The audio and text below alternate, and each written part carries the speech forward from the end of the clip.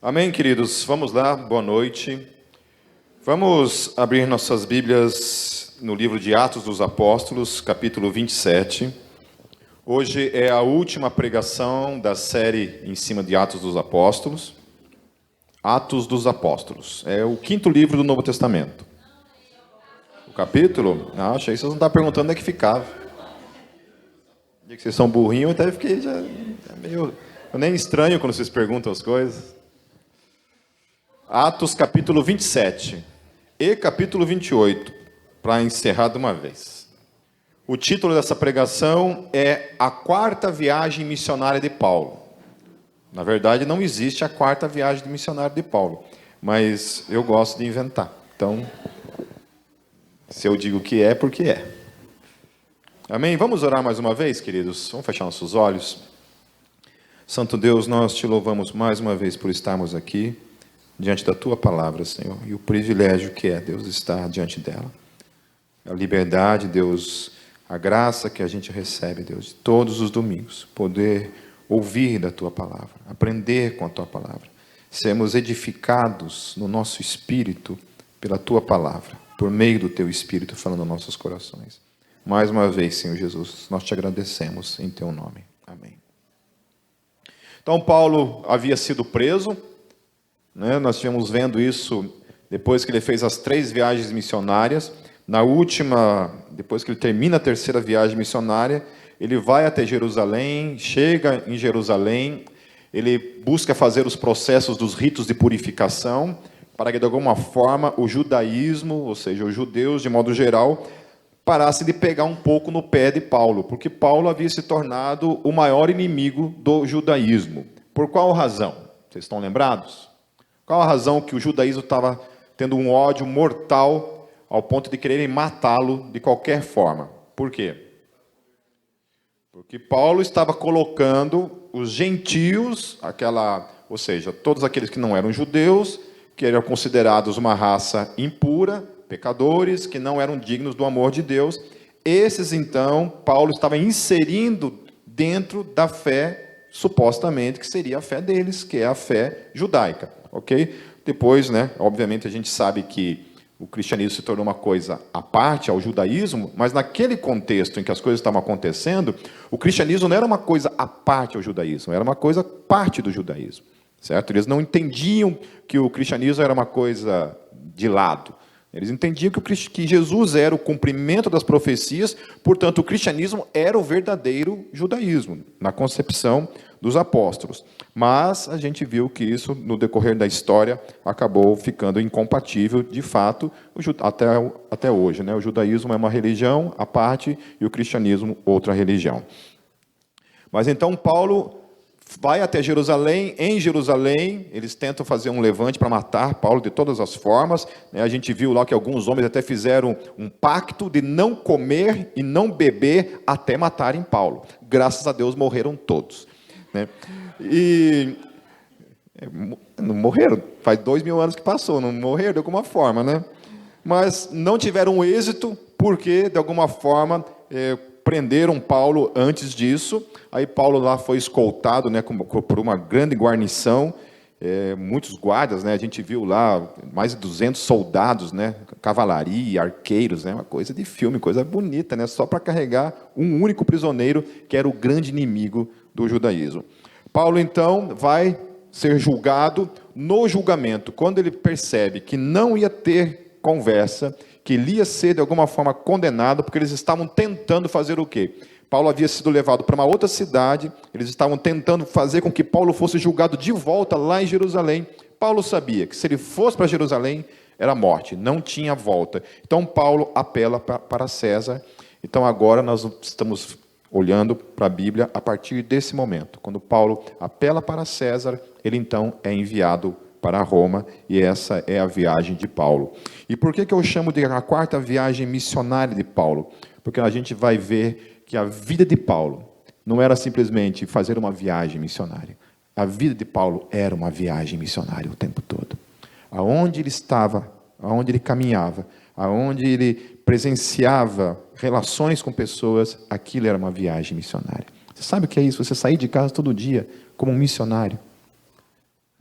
A gente tem essa concepção de que missionário é um cara que atravessa os oceanos, vai para outras culturas, né?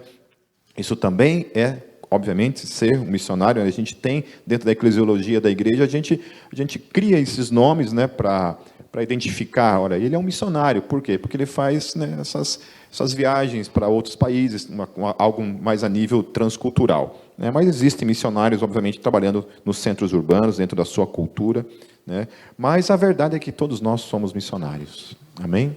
Todos nós estamos numa missão, certo? Isso não é para alguns. Todos nós temos uma missão nesse mundo. Vamos lá, então, me acompanhe a partir do versículo 1 e nós vamos comentando. Quando ficou decidido que navegaríamos para a Itália, Paulo e alguns outros presos foram entregues a um centurião romano chamado Júlio, que pertencia ao regimento imperial. Embarcamos num navio de Adramítio, que estava de partida para alguns lugares na província da Ásia, e saímos ao mar, estando conosco Aristarco, um macedônio de Tessalônica. Acho interessante esse Aristarco, porque esse Aristarco foi alguém que Paulo evangelizou na cadeia. Ele era um prisioneiro que também estava sendo encaminhado para Roma e foi alguém que Paulo tinha gerado nas suas prisões. Isso depois você pode ler lá em Colossenses, capítulo 4, versículo 10, e lá em Filemão, capítulo 1, versículo 24, Paulo menciona Aristarco como sendo alguém que ele gerou nas prisões. No dia seguinte, ancoramos em Sidom, e Júlio, num gesto de bondade para com Paulo, permitiu-lhe que fosse ao encontro dos seus amigos, para que esses suprissem as suas necessidades. Quando partimos de lá, passamos ao norte de Chipre, porque os ventos nos eram contrários. Tendo atravessado o mar aberto ao longo da Cilícia e da Panfilha, ancoramos em Mirra, na Lícia. Ali, o centurião encontrou um navio alexandrino que estava de partida para a Itália, e nele nos fez embarcar. Navegamos vagarosamente por muitos dias e tivemos dificuldade para chegar a Cnido. Não sendo possível prosseguir em nossa rota, devido aos ventos contrários, navegamos ao sul de Creta, de frente a Salmona. Costeamos a ilha com dificuldade e chegamos a um lugar chamado Bons Portos, perto da cidade de Lazéia. Tínhamos perdido muito tempo e agora a navegação se tornara perigosa, pois já havia passado o jejum. Por isso Paulo os advertiu: Senhores, vejo que a nossa viagem será desastrosa e acarretará grande prejuízo para o navio, para a carga e também para as nossas vidas. Mas o centurião, em vez de ouvir o que Paulo falava, seguiu o conselho do piloto e do dono do navio. Visto que o porto não era próprio para passar o inverno, a maioria decidiu que deveríamos continuar navegando, com a esperança de alcançar Fenice e ali passar o inverno. Este era um porto de Creta, que dava para sudoeste e noroeste. Começando a soprar suavemente o vento sul, eles pensaram que haviam obtido o que desejavam. Por isso levantaram âncoras e foram navegando ao longo da costa de Creta. Pouco tempo depois, desencadeou-se da ilha um vento muito forte, chamado Nordeste. O navio foi arrastado pela tempestade, sem poder resistir ao vento. Assim cessamos as manobras e ficamos à deriva. Passando ao sul de uma pequena ilha chamada Clauda, foi com dificuldade que conseguimos recolher o barco salva-vidas. Levantando, lançaram mão de todos os meios para reforçar o navio com cordas, e temendo que ele encalhasse nos bancos de areia de Sirte, baixaram as velas e deixaram o navio à deriva. No dia seguinte, sendo violentamente castigados pela tempestade, começaram a lançar fora a carga. No terceiro dia, lançaram fora com as próprias mãos a armação do navio. Não aparecendo nem sol, nem estrelas por muitos dias, e continuando a abater-se sobre nós grande tempestade, finalmente perdemos toda a esperança de salvamento. Visto que os homens tinham passado muito tempo sem comer, Paulo levantou-se diante deles e disse: Os senhores deviam ter aceito o meu conselho de não partir de Creta, pois assim teriam evitado este dano e prejuízo. Mas agora recomendo-lhes que tenham coragem, pois nenhum de vocês perderá a vida, apenas o navio será destruído. Como Paulo sabia de que o navio não seria destruído, e como Paulo sabia que ninguém morreria, por causa do versículo seguinte: pois ontem à noite apareceu um anjo do Deus a quem pertenço e a quem adoro, dizendo-me: Paulo, não tenha medo, é preciso que você compareça perante César. Deus, por sua graça, deu-lhes as vidas de todos os que estão navegando com você. Aleluia. Eu acho tremendo isso em Deus. Porque isso também nos traz, assim, para a nossa praticidade diária, algumas questões. Porque Paulo tinha um alvo, né? A gente viu que havia muitas contradições nos textos anteriores, que alguns discípulos, guiados pelo Espírito Santo, a Bíblia fala, pelo Espírito Santo, falavam que Paulo assim, olha, Paulo não vai para Jerusalém, porque se você for para Jerusalém, você vai ser preso. Um dos profetas fala, inclusive, olha, você vai ser amarrado, você vai ser acorrentado, e você vai ficar por lá, não volta nunca mais. E Paulo tinha consciência disso, tanto que no final da terceira viagem missionária dele, ele se despede da igreja dizendo assim, que ele não veria mais a face deles. Daí a gente lembra que eles têm o quebrantamento, todos choram ali na praia, antes de Paulo, no porto, antes de Paulo partir. Paulo vai, mesmo diante desse alerta, Paulo vai até Jerusalém, Paulo é preso em Jerusalém. Em Jerusalém, Deus manifesta a vontade soberana dele, dizendo que ele iria até Roma, pregar para César. Agora, Paulo está nesse processo de obediência a Deus. Em nenhum momento Paulo estava agindo em cima dos seus interesses, olhando para o seu umbigo, olhando para a sua vida. A única coisa que ele está buscando é a vontade de Deus para a vida dele. O que ele sente da parte de Deus, que o Espírito Santo o está direcionando, inclusive essas cadeias. E a gente viu que durante todo esse processo das prisões de Pedro, das prisões de Paulo, o que eles geravam nesse processo. Como eles conseguiam fazer da tragédia um lugar frutífero para o Evangelho. Todo o tempo, todo momento, onde eles estavam, aquilo era motivo de gerar vida, ao invés de gerar caos, como costuma acontecer na nossa vida. Eu falo por mim mesmo. Quantas vezes vem o momento da dor, o momento do sofrimento, e isso ao invés de gerar vida em mim, ao invés de gerar frutos, né, gera essas crises nas nossas vidas. Principalmente quando as coisas aparentemente não estão indo conforme a gente gostaria que fosse. Lembra que eu falei, dentro dessa série de Atos dos Apóstolos, que aquilo que era o cerne, era o coração da vida dos discípulos, consistia numa vida de intimidade com Deus. Por causa dessa vida de intimidade, essa vida de busca, nunca o milagre foi uma coisa assim, meio que jogada na incerteza. Nenhuma oração era feita baseada nas incertezas, como a gente costuma fazer. Quando a gente ora pelas pessoas, pelo menos eu digo por mim, a gente nunca tem a convicção do que realmente aquilo resulta.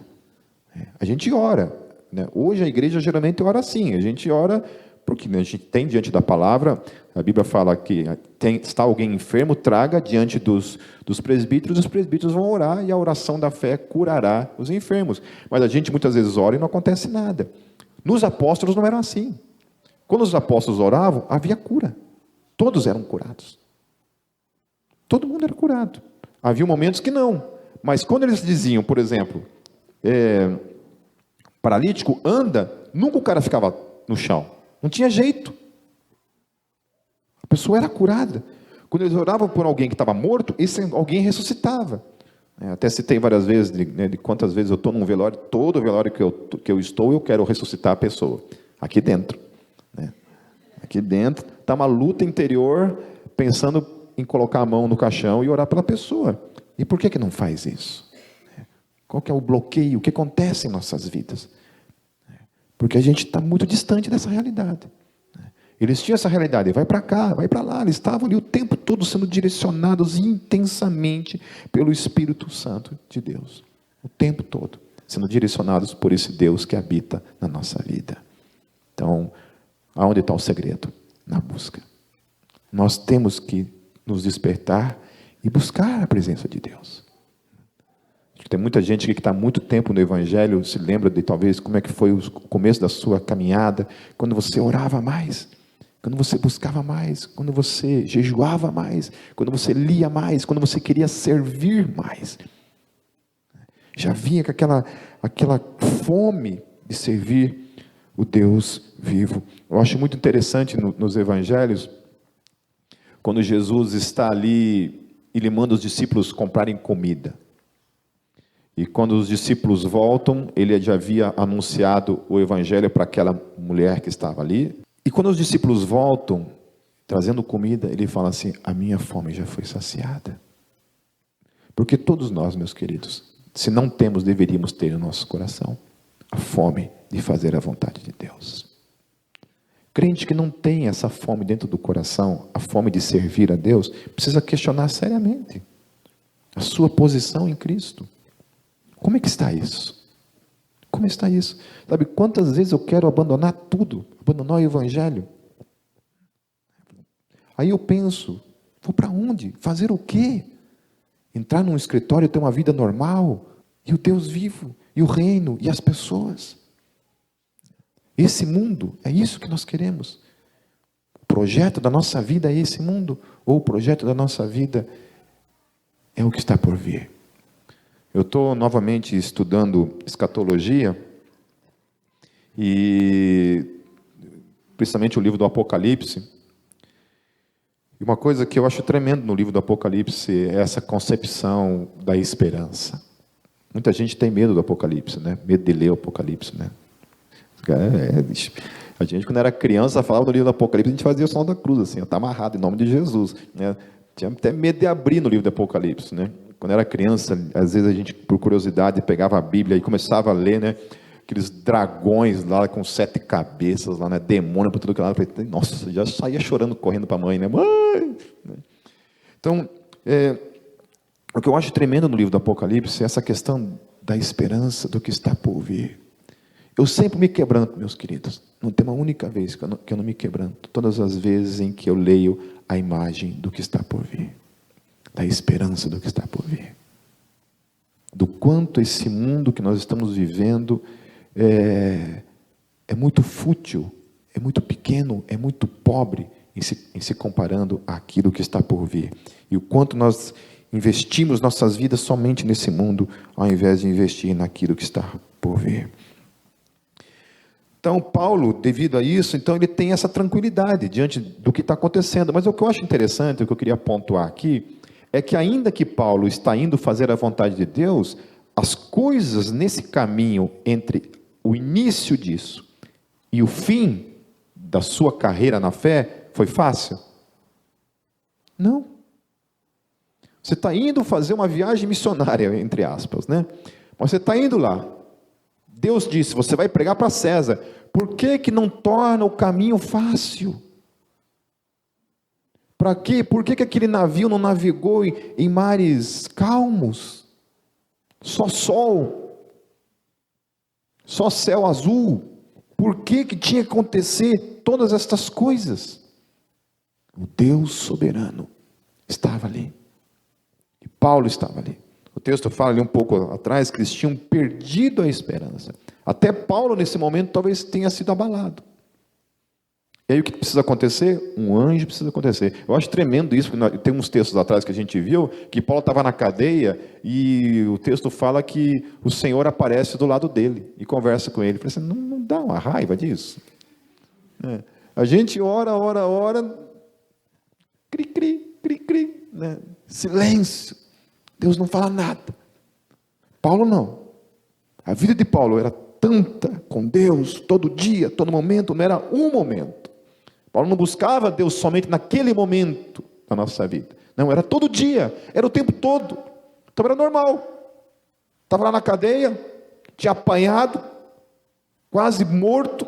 Está lá, Jesus aparece sentadinho do lado dele para conversar com ele. Fica assim, não, filho. Se fosse assim com a gente, você está lá passando a tua maior crise na tua vida. Se você tivesse esse privilégio. Né? Aqui ele está no meio do mar, dias já, diante de uma tormenta, um anjo aparece para o cara. E eu tinha me jogado no mar primeiro de tudo. aparece um anjo para conversar com o cara e falar assim: olha, fique tranquilo que o barco vai se perder, mas nenhuma vida vai se perder. Nenhuma vida vai se perder. Continuando, versículo 25.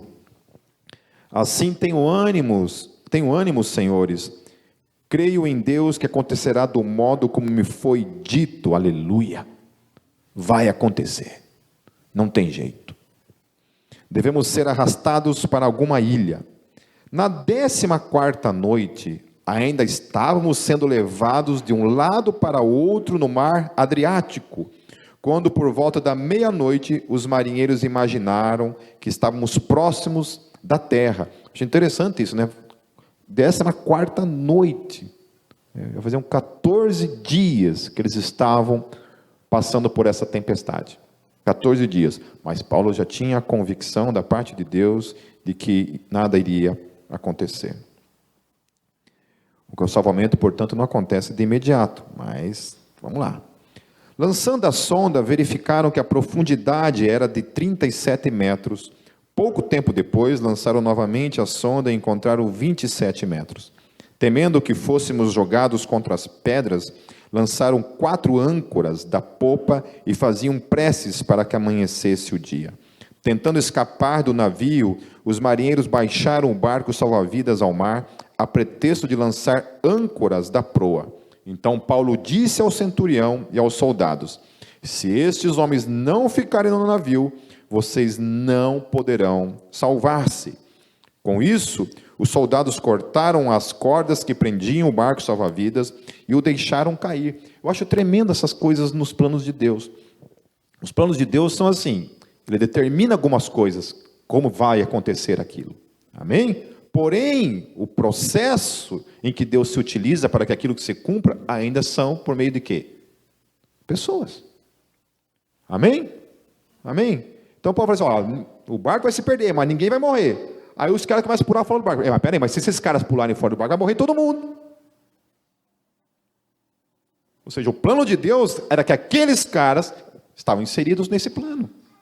Amém? Amém? É assim que Deus age. Deus podia fazer outra realidade? Podia, mas é assim que Ele faz. Amém?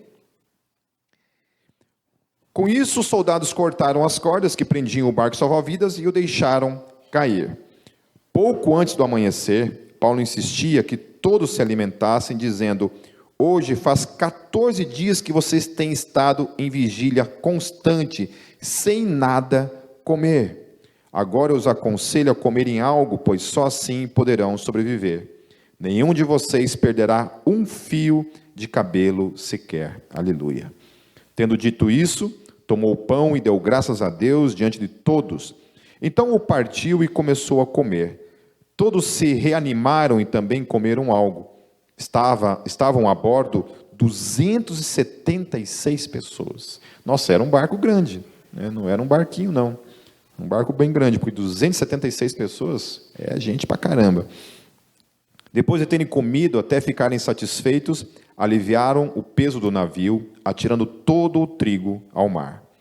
Quando amanheceu, não reconheceram a terra, mas viram uma enseada com uma praia, para onde decidiram conduzir o navio, se fosse possível. Cortando as âncoras, deixaram-nas no mar, desatando ao mesmo tempo as cordas que prendiam os lemes. Então, alçando a vela da proa ao vento, dirigiram-se para a praia. Mas o navio encalhou num banco de areia, onde tocou o fundo. A proa encravou-se e ficou imóvel, e a popa foi quebrada pela violência das ondas. Os soldados resolveram matar os presos para impedir que algum deles fugisse, jogando-se ao mar. Olha o Satanás aqui investindo, né? Deus havia falado o quê? Que ninguém ia morrer, certo? Ninguém ia morrer. O que os soldados falam? Não, vamos matar os prisioneiros, senão esses caras vão fugir, certo? Aonde que a intervenção de Deus vem? Por meio de quem? De pessoas. Olha o que acontece. Mas o centurião queria poupar a vida de Paulo e os impediu de executar o plano. Então ordenou aos que sabiam nadar que se lançassem primeiro ao mar em direção à terra. Portanto, o plano de Deus permaneceu acontecendo como Deus havia dito. Os outros teriam que salvar-se em tábuas ou em pedaços do navio. Dessa forma, todos chegaram a salvo em terra. Depois a gente vai ver mais para frente, quando a gente vai tratar um texto de Paulo aqui, que esse processo aí de Paulo, deles pularem fora do navio, porque tiveram que nadar, né? Não tinha um barco mais salva-vidas, porque eles haviam cortado as cordas do barco salva-vidas, então ou nadava até o litoral, ou ficava exposto ali às ondas, até a onda dar um jeito de levar você para o litoral, ok? Continuando no capítulo 28, vamos lá em frente. Uma vez em terra, descobrimos que a ilha se chamava Malta. Os habitantes da ilha mostraram extraordinária bondade para conosco, fizeram uma fogueira e receberam bem a todos nós, pois estava chovendo e fazia frio. Paulo ajuntou um monte de gravetos. Quando os colocava no fogo, uma víbora, fugindo do calor, prendeu-se à sua mão. Eu apostatava. Eu falava, você está de sacanagem. O cara ficou 14 dias no mar. 14 dias no mar. Quando finalmente consegue chegar na praia, depois vocês vão ver que o texto fala que ele ficou um dia e uma noite exposto à fúria do mar. Ele se jogou do barco, como todo mundo fez, provavelmente não sabia nadar, pelo visto, né? Ou se sabia, talvez não teve força, se agarrou num pedaço de madeira e ficou lá um dia e uma noite no mar. Só ali eu já estava blasfemando ali, né?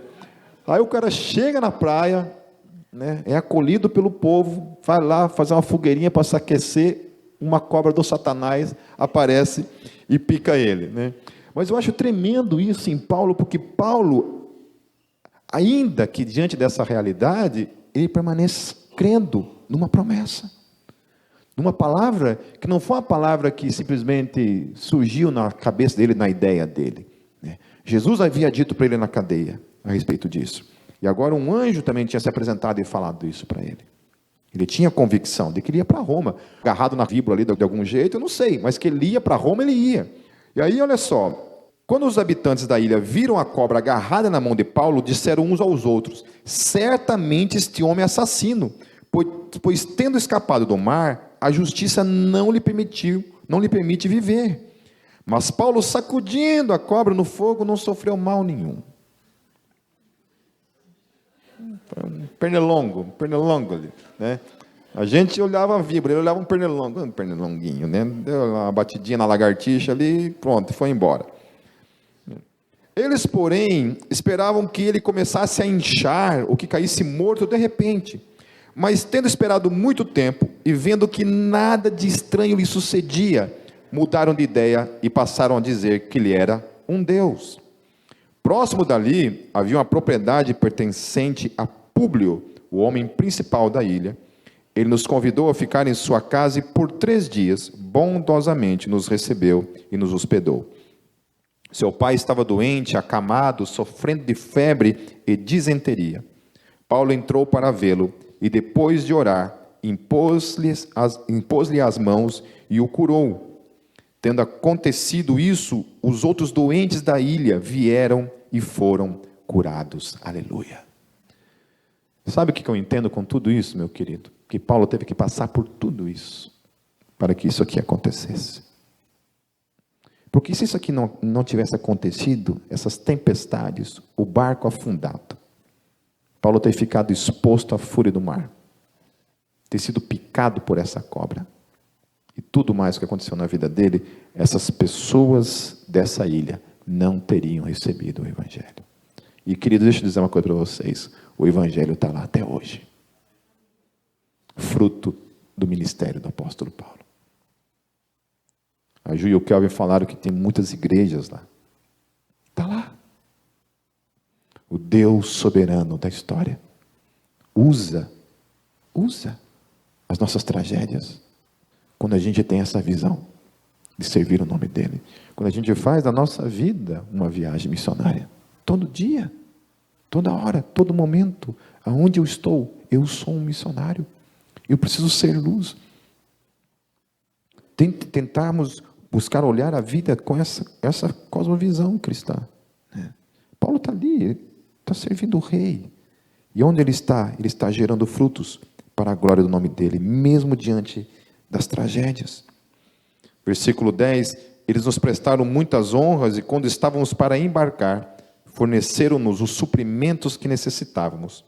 Passados 3 meses, ou seja, eles ficaram 3 meses na ilha de Malta. 3 meses. Lá Paulo ficou curando enfermos, doentes, pregando o evangelho, obviamente, e quando sai de lá, deixa uma igreja. 3 meses. Essa ilha teve o privilégio de ter sido evangelizada pelo maior apóstolo de todos os tempos, o apóstolo Paulo. Paulo gerando frutos, sai de lá, deixa essa igreja implantada e que permanece até os dias de hoje os seus frutos. Passados 3 meses, embarcamos num navio que tinha passado o inverno na ilha. Era um navio alexandrino que tinha por emblema os deuses gêmeos Castor e Polos. Aportando em Siracusa, ficamos ali 3 dias. Dali partimos e chegamos a Régio. No dia seguinte, soprando o vento sul, prosseguimos chegando a Puteoli no 2º dia. Ali encontramos alguns irmãos que nos convidaram a passar uma semana com eles e depois fomos para Roma. É interessante eles chegarem nessa cidade que eu nunca nem tinha ouvido falar, chamado Puteoli, e chegarem lá, terem irmãos em Cristo, já vivendo a sua vida como igreja nessa cidade. Os irmãos dali tinham ouvido falar que estávamos chegando e foram até a praça de Ápio e às 3 vendas para nos encontrar. Vendo-os, Paulo deu graças a Deus e sentiu-se encorajado. Quando chegamos a Roma, Paulo recebeu permissão para morar por conta própria, sob a custódia de um soldado. 3 dias depois, ele convocou os líderes dos judeus. Antes de eu continuar, essa questão sobre a custódia de um soldado é bem interessante, porque Paulo ele fala assim, em uma das cartas, ele fala de muitos soldados da guarda pretoriana foram geradas durante esse momento em que ele estava preso. Então, o que acontecia? Ele ficava em casa, durante 2 anos, o texto fala que ele ficou em casa, e tinha que todo dia estar um guarda com ele. Então, imagine, esses guardas estavam lascados. Porque o cara era obrigado a ficar guardando a pessoa mais influente do 1º século. O maior líder da igreja cristã.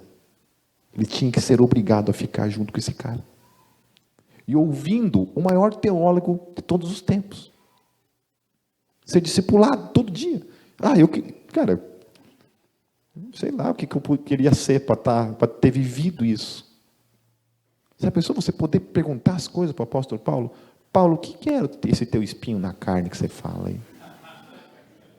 O que é? Esposa não era, porque ele não era casado. Não era o marido também, porque ele era homem, O que era? E aquela parte que você falou que entregou o cara na mão do diabo? Posso fazer o mesmo com os irmãos lá da igreja? Posso fazer o mesmo com os caras? Como é que era isso? Os caras estavam ali o tempo todo, vivendo essa realidade com o apóstolo Paulo. Que privilégio. Que privilégio. 3 dias depois, ele convocou os líderes dos judeus. Quando esses se reuniram, Paulo lhes disse: meus irmãos, embora eu não tenha feito nada contra o nosso povo, nem contra os costumes dos nossos antepassados, fui preso em Jerusalém e entregue aos romanos. Eles me interrogaram e queriam me soltar, porém eu não era culpado de crime algum que merecesse pena de morte. Todavia, tendo os judeus feito objeção, fui obrigado a apelar para César. Não, porém, por ter alguma acusação contra o meu próprio povo. Por essa razão, pedi para vê-los e conversar com vocês. Por causa da esperança de Israel, é que estou preso com essas algemas. Eles responderam: não recebemos nenhuma carta da Judéia a seu respeito, e nenhum dos irmãos que vieram de lá relatou ou disse qualquer coisa de mal contra você. Todavia, queremos ouvir de sua parte o que você pensa, pois sabemos que por todo lugar há gente falando contra esta seita. Assim combinaram encontrar-se com Paulo em dia determinado, indo em grupo ainda mais numeroso ao lugar onde ele estava. Desde a manhã até a tarde, ele lhes deu explicações e lhes testemunhou do reino de Deus, procurando convencê-los a respeito de Jesus, com base na lei de Moisés e nos profetas. Alguns foram convencidos pelo que ele dizia, mas outros não creram. Paulo continua dando fruto no meio dos judeus, pregando o evangelho e ainda gerando frutos. Versículo 25: discordaram entre si mesmos e começaram a ir embora, depois de Paulo ter feito essa declaração final. Bem que o Espírito Santo falou aos seus antepassados por meio do profeta Isaías: vá a este povo e diga, ainda que estejam sempre ouvindo, vocês nunca entenderão, ainda que estejam sempre vendo, jamais perceberão. Pois o coração deste povo se tornou insensível, de má vontade, ouviram com os seus ouvidos e fecharam os seus olhos. Se assim não fossem, poderiam ver com os olhos, ouvir com os ouvidos, entender com o coração e converter-se, e eu os curaria. Portanto, quero que saibam que essa salvação de Deus é enviada aos gentios. Eles a ouvirão. Depois que ele disse isto, os judeus se retiraram, discutindo intensamente entre si. Por 2 anos inteiros, Paulo permaneceu na casa que havia alugado e recebeu a todos os que iam vê-lo. Pregava o reino de Deus e ensinava a respeito do Senhor Jesus Cristo, abertamente e sem impedimento algum. Aleluia. Olha que coisa linda. Deus leva Paulo até Roma. Paulo está em Roma, preso em casa, certo? Um soldado ficava o dia inteiro guardando ele. Ele ficava em casa enviando 4 cartas. Paulo lá de Roma enviou pelo menos 4 cartas, que é a carta de Efésios, a carta de Filipenses, a carta de Colossenses e a carta de Filemão. Essas 4 cartas, Paulo, pelo menos essas 4 cartas, ele enviou lá de Roma, em sua casa, escrevendo, consolando a igreja. Não podia mais viajar, obviamente, mas continuou discipulando a igreja, escrevendo as suas cartas, né? Algumas delas ainda para nós, principalmente a carta de Colossenses, eu acho uma carta fantástica. A carta de Efésios também, são cartas fantásticas, todas elas, na verdade, né? Tem a sua revelação da parte de Deus para as nossas vidas. Antes de encerrar, meus queridos, eu queria recapitular um pouco dentro daquilo que Paulo vivenciou na vida dele. Eu queria convidar vocês a abrirem suas Bíblias em 2 Coríntios, capítulo 11, os versos 23 a 28. São eles servo de Cristo? Estou fora de mim para falar desta forma, eu ainda mais.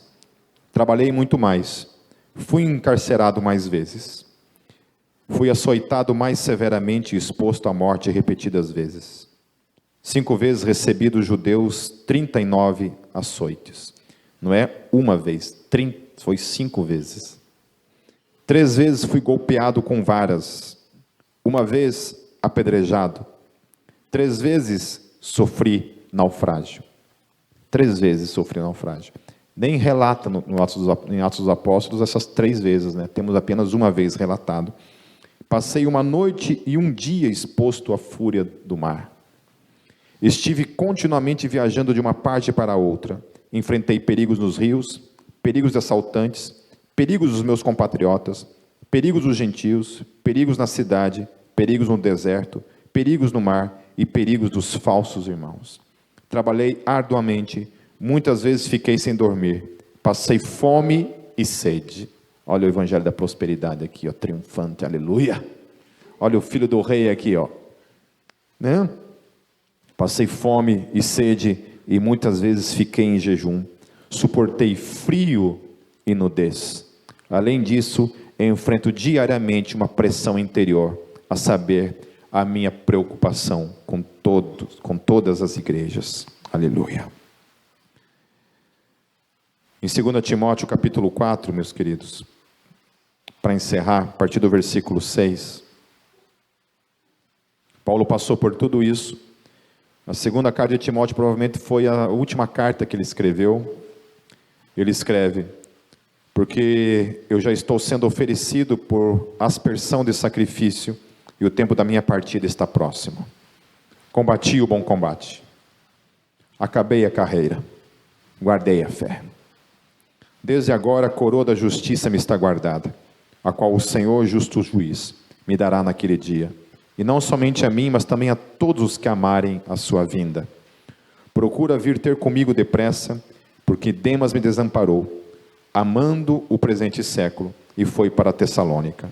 Crescente para a Galácia, Tito para a Dalmácia, só Lucas está comigo. Toma Marcos e traze-o contigo, porque me é muito útil para o ministério. Também enviei Tíquico a Éfeso. Quando vieres, traze a capa que deixei em Troade, em casa de Carpo, e os livros, principalmente os pergaminhos. Alexandre o latoeiro causou-me muitos males, o Senhor lhe pague segundo as suas obras. Tu, guarda-te também dele, porque resistiu muito às nossas palavras. Ninguém me assistiu na minha primeira defesa, antes todos me desampararam. Todos me desampararam. Que isto não lhe seja imputado, mas o Senhor assistiu-me e fortaleceu-me para que por mim fosse cumprida a pregação, e todos os gentios a ouvissem, e fiquei livre da boca do leão. E o Senhor me livrará de toda a má obra, e guardar-me-á para o seu reino celestial, a quem seja a glória para todo o sempre. Amém. Aleluia. Aleluia.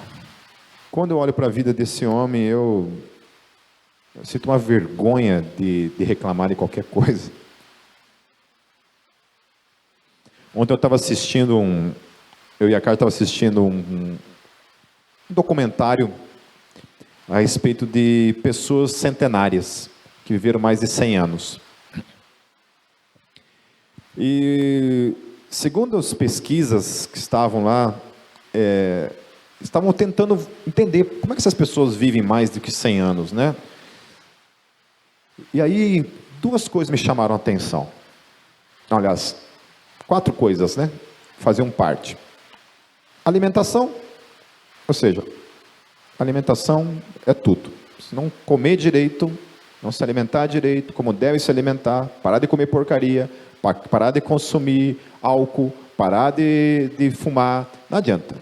Saúde é vida. Eu não quero, eu quero continuar desgraçando. Morre cedo, não vou nem chorar no velório. Segunda coisa, exercício físico. Tem que fazer algum exercício físico, uma caminhadinha, né? Alguma coisa, certo? Não é só levantar da cadeira, exercício físico. Terceira coisa, estresse. Estresse é inimigo. Aprenda a lidar com o estresse, a se livrar desse troço.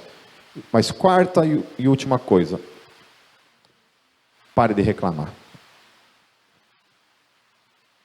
Havia esse senso comum ali, que as pessoas que tinham longa vida eram pessoas que viviam a vida. Paravam de reclamar. Viviam a vida comum diária, amavam as pequenas coisas. Eu achei isso tremendo. Então a gente precisa parar de reclamar e fazer mais. Viver a vida, viver o Evangelho.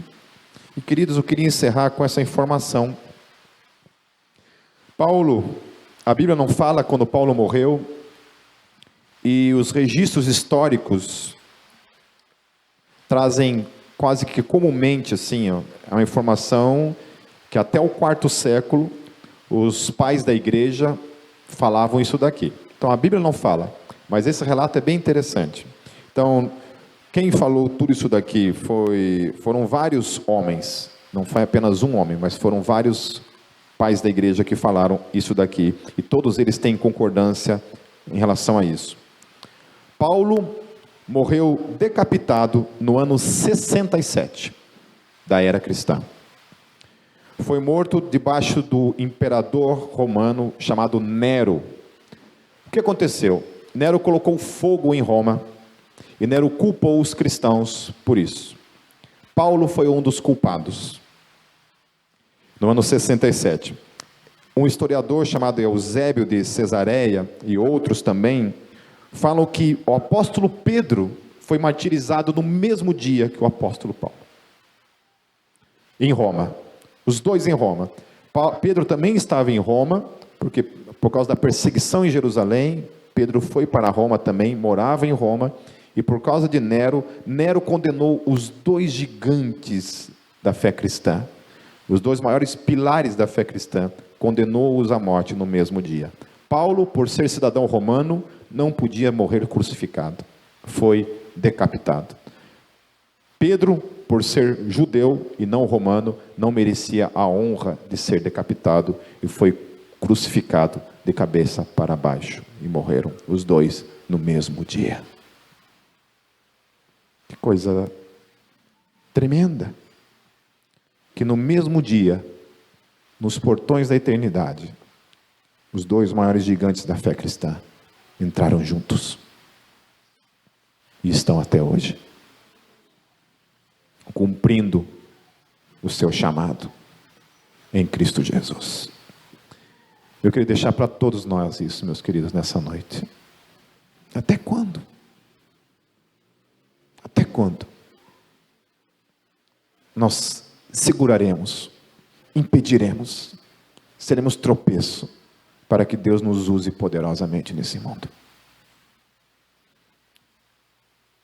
Até quando nós vamos protelar, deixar para amanhã, viver nossas vidas, nossos prazeres, nossos pecados, enquanto o reino de Deus está largado da forma como está, em especial essa igreja?